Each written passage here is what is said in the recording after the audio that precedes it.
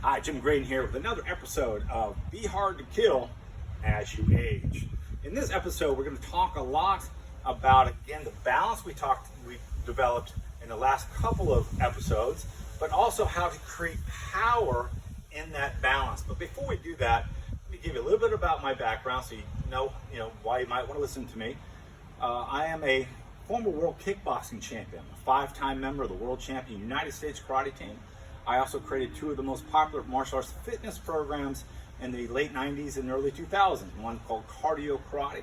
I certified well over 6,000 instructors all over the world in my brand of fitness kickboxing. And then also I take what I learned from that experience and created what we call the Ultimate Body Challenge, UBC. And it's interesting, the UBC in the future, you'll see, is kind of the basis of a lot of the things I'm going to be talking about. In other words, for aerobic conditioning, and many other reasons, fitness kickboxing.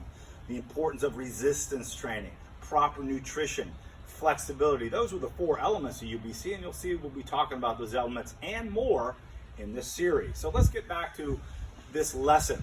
So first of all, again, we've learned to create a decent fighting stance. And a good fighting stance, well, I like to, again, start from the standing here, natural step forward, we maintain width, we turn the body to the side, we have the hands up by the cheekbones. So if I'm in this position, my goal is not just to punch with the arms. And it's funny, I as a professional martial arts fighter, and I see somebody hit the heavy bag or something, I never look at their arms. I always look at their legs and their heels, because a good fighter knows that when you throw a punch, you don't punch, or you shouldn't punch with just the arm. And the analogy I make is like, let's say a baseball player up there, and all he did when the ball came was do that. Okay, that's kind of the same idea when you throw a punch. My son's actually a college pitcher. And what do pitchers do? Boy, they go, whoa, and all that rotation and all that momentum, and then they release the ball. Well, it's very similar to how to throw a punch. You punch from your legs. You punch from your hips. You punch from rotation. So let's forget about the hands for today. Let's put our hands on our hips. And let's focus on proper motion and rotation and a right cross and a left hook. And what's interesting about what I'm going to teach you, that same position that we're going to learn the cross in can turn into a palm heel, can turn into an elbow, can turn into a slip. The same position I'm going to teach you to throw a hook in, again, could turn into an elbow, could turn into a slip, could be an end of a weave. So having come from a traditional background where there's tons of different balances, I'm going to teach you basically only 3 positions that we're going to work all our techniques, at least 90% of our techniques, out of. Again, the good fighting stance, and then the forward position. Again, the forward position is where I take my weight from a 50-50 to 70-30 forward.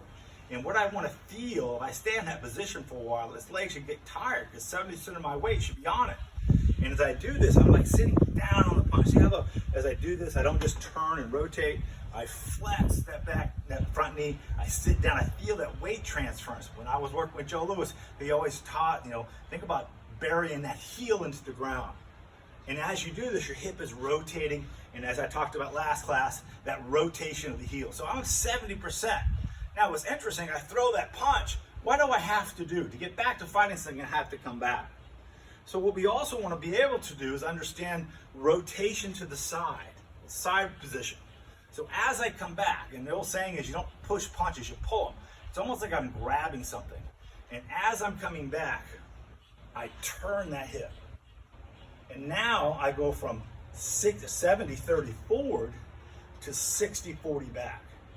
And in that weight transference, power is created by weight transference. Forward, 70-30 forward, back to 60-40. And if you notice, I do the 60-40, that back front heel slightly off the ground. No way up here, slightly off the ground. And again, my weight is back. And again, a weight transference, feeling the weight in the heel of my foot. I sit down on a punch, back to guard. So, little homework for you. Good fighting stance. Shift forward, heel, hip, shoulder. Shift back, heel, hip, shoulder. Back to guard. Now, good martial arts live it. So if you're, you have trouble, have time, practice, you're in the line at the grocery store, stand there and just shift forward, shift back. I know they'll think you're a little crazy. Just tell them you're working your martial arts. And that motion, now the boom, boom, boom, boom, boom, boom, it's the same.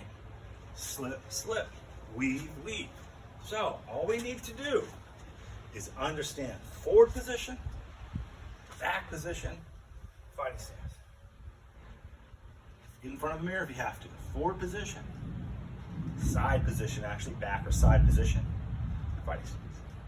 All right, this is Jim Graden. If you like what we're talking about here, please hit the like button. Also follow me, and we'd love to get a comment of maybe some things you'd like to see covered in future episodes. Thanks again. Bye.